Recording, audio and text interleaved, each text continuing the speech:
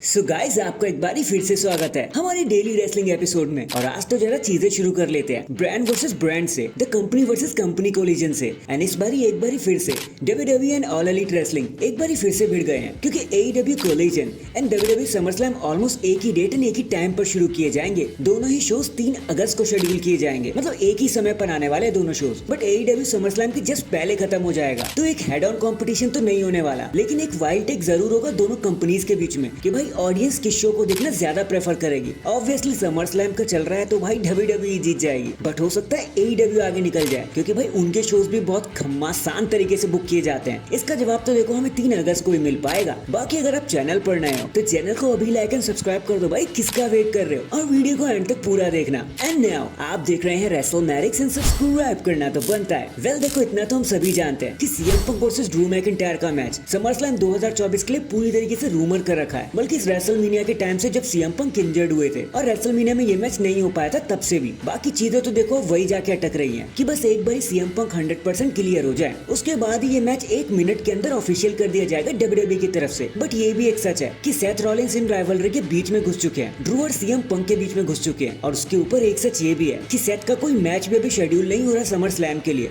ना कोई प्लान बनाया जा रहा है। तो देखो वैसे अगर ड्रू और CM Punk का मैच ऑफिशियल हो जाता है तो पक्का मान के चलो कि सेथ रॉलिंस उनके मैच में स्पेशल गेस्ट रेफरी बनने वाले हैं। और अगर पंक क्लियर नहीं होते तब तो WWE सीधा सीधा सेथ वर्सेस ड्रू मैकिंटायर का सेगमेंट पक्के तरीके से बुक कर देगी और उसी मैच को ऑफिशियल कर देगी समर स्लैम के लिए। अब आपको देखो इन्हीं में से 2 ही सिचुएशन देखने को मिलेंगी, बट हाँ घूम फिरा के बात तो वहीं पर अटक जाती है कि CM Punk की इंजरी आखिर कब जाके ठीक होगी। तो गेट वेल सुन भैया, क्योंकि आप अब बहुत टाइम लेने लगे हो। नेक्स्ट भले ही मामी रिया रिप्ली वापस आ गई हैं, लेकिन चीजें उनके साथ पूरी तरीके से अच्छी नहीं हुई अभी, और ना वो ठीक हुई हैं, क्योंकि according to the reports Rhea Ripley अभी 100% क्लियर नहीं हुई है एक्शन करने के लिए, इन रिंग पर धमाका मचाने के लिए। लेकिन पर क्योंकि WWE जानती है कि समर स्लैम तक वो ठीक हो ही जाएंगी, इसलिए WWE ने उन्हें पहले ही रिटर्न करवा लिया कि चलो तब तक तो वो ठीक हो ही जाएंगी। बाकी for the first time ever report के मुताबिक रिया रिप्ली समर स्लैम में हार जाने वाली है, एंड उनकी हार का इकलौता रीजन बनेंगे डर्टी डॉम डॉम, जिसका फायदा लिव मॉर्गन को होने वाला है। देखो डॉम डॉम आएंगे तो मामी की तरफ से ही, लेकिन दिल उनका लिव मॉर्गन की तरफ रहेगा और वही सारा गेम पलट के रह जाएगा। बाकी तो अब समर स्लैम आने ही वाला है, सारे जवाब हमें वही मिल जाएंगे। पार्टी अब बस शुरू होने वाली है। इसके बाद अभी दी इमॉर्टल हुल्क होगन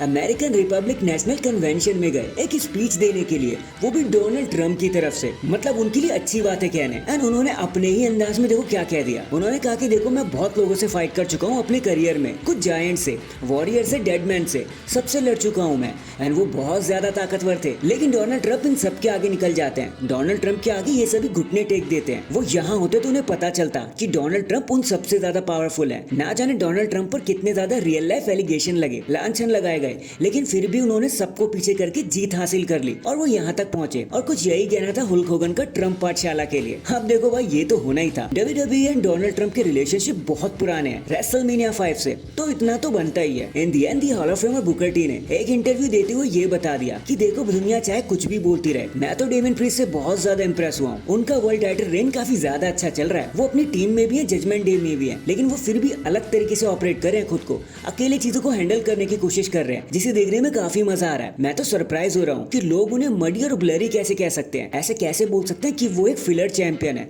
जब वो इतना अच्छा काम कर रहे हैं। बट असल में डेमियन प्रीस्ट एक रियल चैंपियन है। आप उन्हें टाइम दो, आप खुद उन्हें प्रेस करने लग जाओगे हमारे जैसे, और यही कह के बुकर टी शांत भी हो गए। So that is it guys, अभी के लिए तो बस इतना ही। देखो मैं आप पर छोड़ता हूँ। देखो समर स्लैम के लिए काफी कम समय रह गया है। आपको क्या लगता है CM Punk तब तक क्लियर हो पाएंगे, या फिर सेथ रॉलिंस एक बार फिर से उनकी जगह भर देंगे ड्रू मैकिंटायर के साथ? कमेंट करके जरूर बताना। एंड चैनल पर नया है तो चैनल को जल्दी से लाइक एंड सब्सक्राइब कर दो। बाकी मैं मिलता हूँ आपसे किसी और अपडेट के साथ। तब तक के लिए अपना ख्याल रखें और खुश रहें।